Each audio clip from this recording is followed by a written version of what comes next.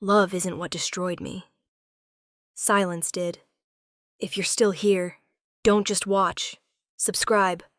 You'll want to hear the rest.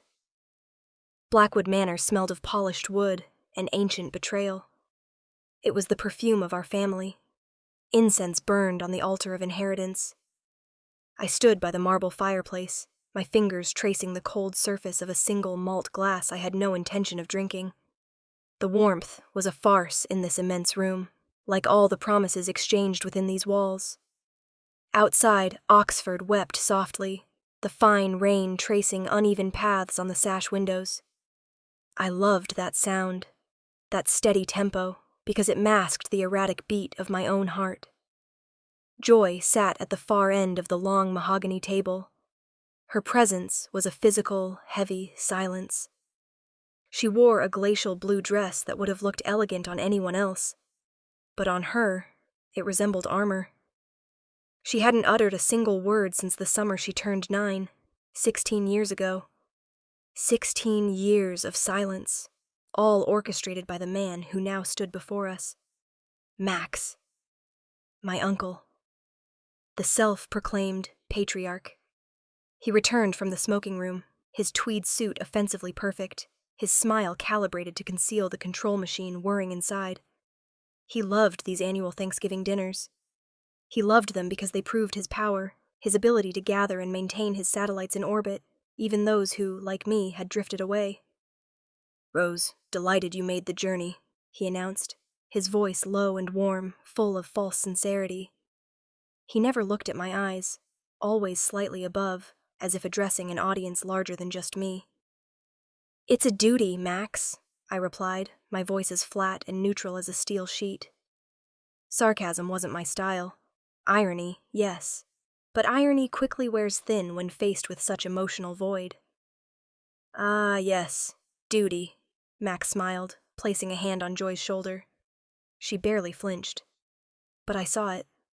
The very slight tremor in her lower jaw. The secret language she and I had developed over the years, the imperceptible ballet of contained pain. I remembered another dining room, smaller, brighter, in Seattle. Joy and I, 7 and 8 years old. Her mother, Amy, who was my aunt and my closest ally in this family of ghosts, was making us pancakes. Amy laughed often. A loud, free laugh that had no business near the heavy walls of Blackwood. "We're going to run away one day, you two and I," she had whispered that morning, strawberry jam clinging to the corner of her mouth. "We'll go where sunshine is guaranteed, not just by invitation." It was the last genuine laugh I ever heard from her. 2 years later, she was gone. Simply gone, as Max always said, with the implication that she had abandoned her husband and her little girl. Joy was 9. And the day after Max visited Seattle, the day after Max took Amy on a business trip to London so she could think things over, Joy stopped speaking. Silence is a strange thing. It's not just the absence of sound.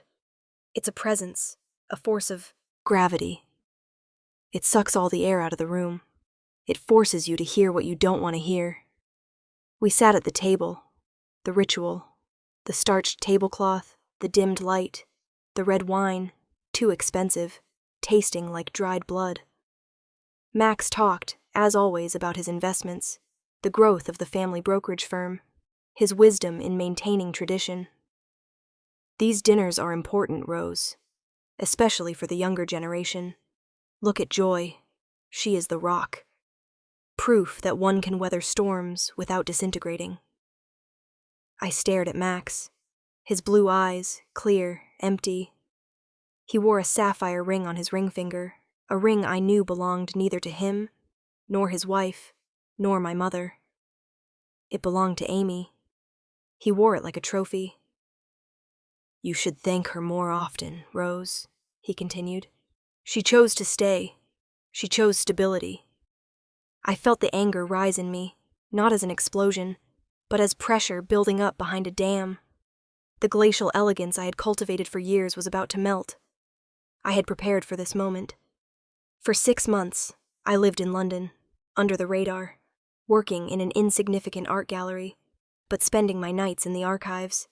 I had exhumed old bank statements, legal correspondence, Letters dating back to my parents' bitter divorce, and, above all, I had read between the lines of Amy's letters to my mother. Letters Max had tried to retrieve, but which had been slipped into an old jewelry box my mother had forgotten in the attic.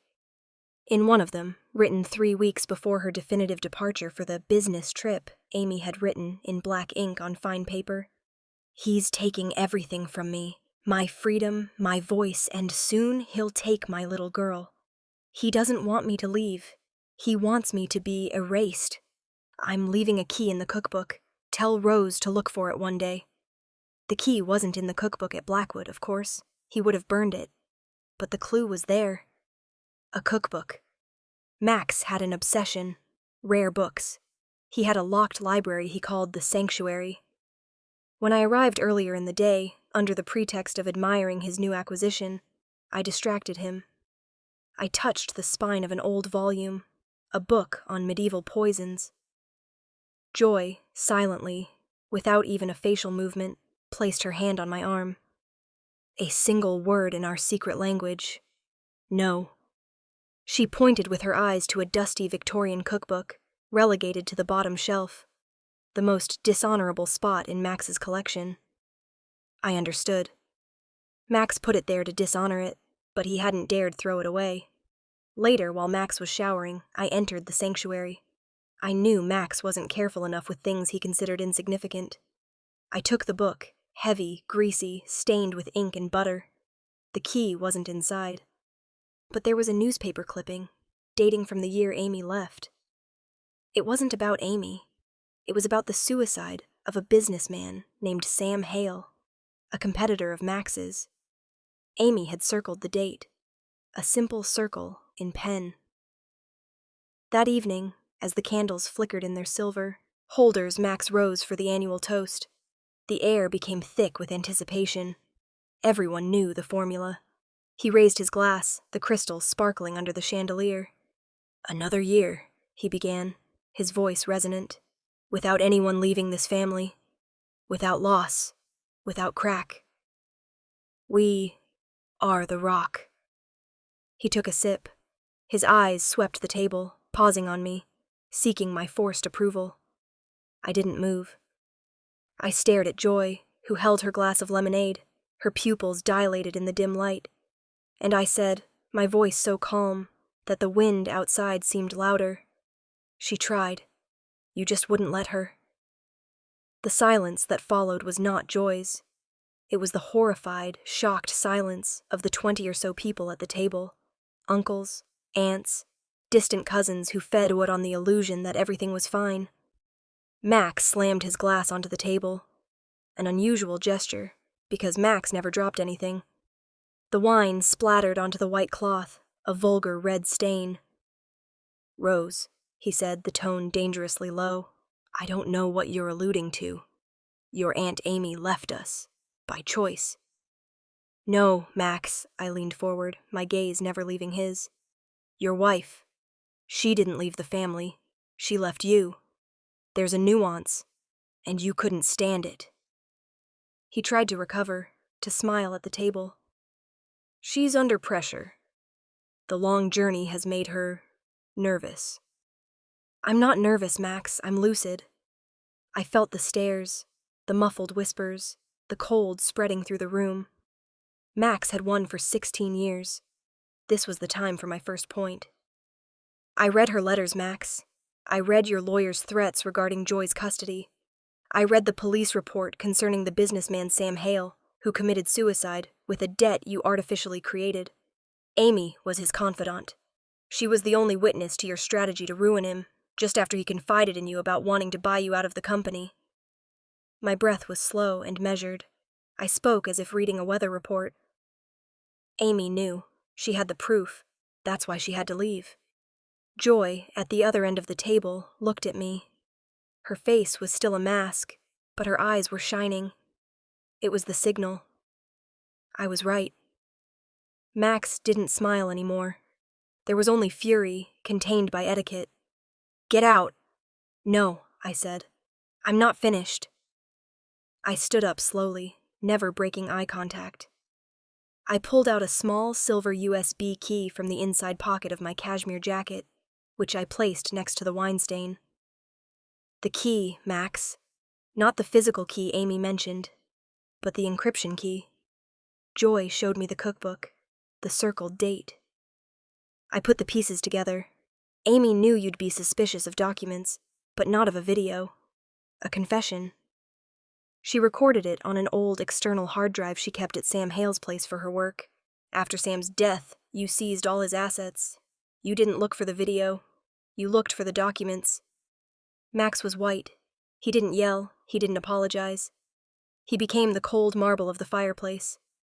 You won't be able to afford such an accusation, Rose. I can't, I admitted. But you did. I picked up my glass, the single malt, and took a small sip. The taste was earthy, complex, like mud and gold mixed together. You exposed Sam for your own protection. You exposed Amy for her own stability. You took Joy's voice, and you thought you took mine. He stood up. It was the moment of physical confrontation. Where is the key, Rose? It's not here, Max. It's online. A copy. It's been sent. I was lying. It hadn't been sent. Not yet. But lying was the currency of this family, and I was finally rich. You are the crack, Max, I whispered, addressing him alone, ignoring the silent audience watching this broken family spectacle. The family is not a rock. It's a prison you built brick by brick, with the fear of losing everything. I picked up my bag and headed for the door, leaving Joy's silence as the only background noise. Flashback. 2 days earlier. I didn't come for dinner. I came for inventory. Blackwood is massive, and my plan wasn't unfolding in the dining room. It was unfolding in his office. I entered his dark, woody office around 2 a.m. The only sound was the central heating, a metallic sigh from time to time. I wasn't looking for the key anymore. I was looking for Max. I already had the confession. I had found Amy's hard drive in Sam Hale's attic, a place Max would never have thought to look because it was the simplest. The content was worse than I imagined. Not only had Max manipulated Sam's bankruptcy, but he had also staged Amy's fake departure. He had locked her in an isolated cottage in Scotland, paying for her communications as if she were abroad, until she could escape. She had escaped, but she died in a car accident, far from everything, in a desperate flight. Max had turned it into a voluntary disappearance. My initial plan was to broadcast this video in front of everyone, to use the truth as a knife. But I realized Max wasn't afraid of prison. He was afraid of oblivion. He was afraid of powerlessness. In his office, there were 2 vials on his desk. One contained his heart pills, small and blue. The other contained sleeping pills, white and oblong. I spent an hour emptying each blue capsule and refilling it with the sleeping pill powder, sealing the whole thing with a tiny drop of water. Meticulous work, worthy of a precision chemist. Slow enough to be imperceptible, quick enough to be definitive. A massive, slow, cumulative dose. Not a sudden death, but a gradual exhaustion, a heart that falls asleep. It was the revenge of elegance. Slow poisoning, the final confession without proof. I wanted him to die, believing he was losing control, but without knowing why. I wanted his heart to give out during one of these dinners, a moment when he thought he was at the peak of his power. It wasn't murder. It was a correction. When I left that night, I felt a cold that wasn't Oxford's. It was the ice filling the space where my heart beat. Back to the present. I walked. Down the hallway, the sound of my heels fading into the thick carpet. Rose! Max was there, his hand clutching the doorframe. You won't get away with this. Give me the drive. Tell me where you sent the video. It's already done, Max. The truth is an hour ahead of honesty. I didn't give him the satisfaction of panic. I gave him that of the inevitable. I knew he wouldn't sleep tonight. He would spend the night searching for an email, a link, a flaw in the system, the stress making his tired heart vibrate. And every time he reached for his blue bottle to calm it, he would only accelerate the inevitable sleep. Why are you doing this? He asked, his voice trembling. Because I love Joy, and because I loved Amy, and because I hate the silence you created. You're crazy, he whispered. I smiled, a small, sad smile. If you're angry, you've lost. And I'm not angry. I left the manor. The rain had intensified, washing the gravel driveway. I sat in the old Jaguar I had rented for the weekend, and I started the engine slowly. In the rearview mirror, I saw Joy, at the library window, watching me leave. She slowly raised her hand and made a gesture, a sign of goodbye, not a wave, a sign of acknowledgement. I drove for an hour, to a small, remote train station in the middle of the countryside. I had left a suitcase there. I pulled out my phone. I opened the file. Amy's video. Her face, pale but determined. Her voice, husky, telling the story of the escape, of the fear. I had never intended to post it. The lie was perfect. Exposure was the punishment, but the method was the revenge. I took the phone and deleted the file. Permanent. The truth didn't need to be public. It only needed to exist in Max's head, gnawing at him until his heart stopped. I threw the phone into a trash can at the station.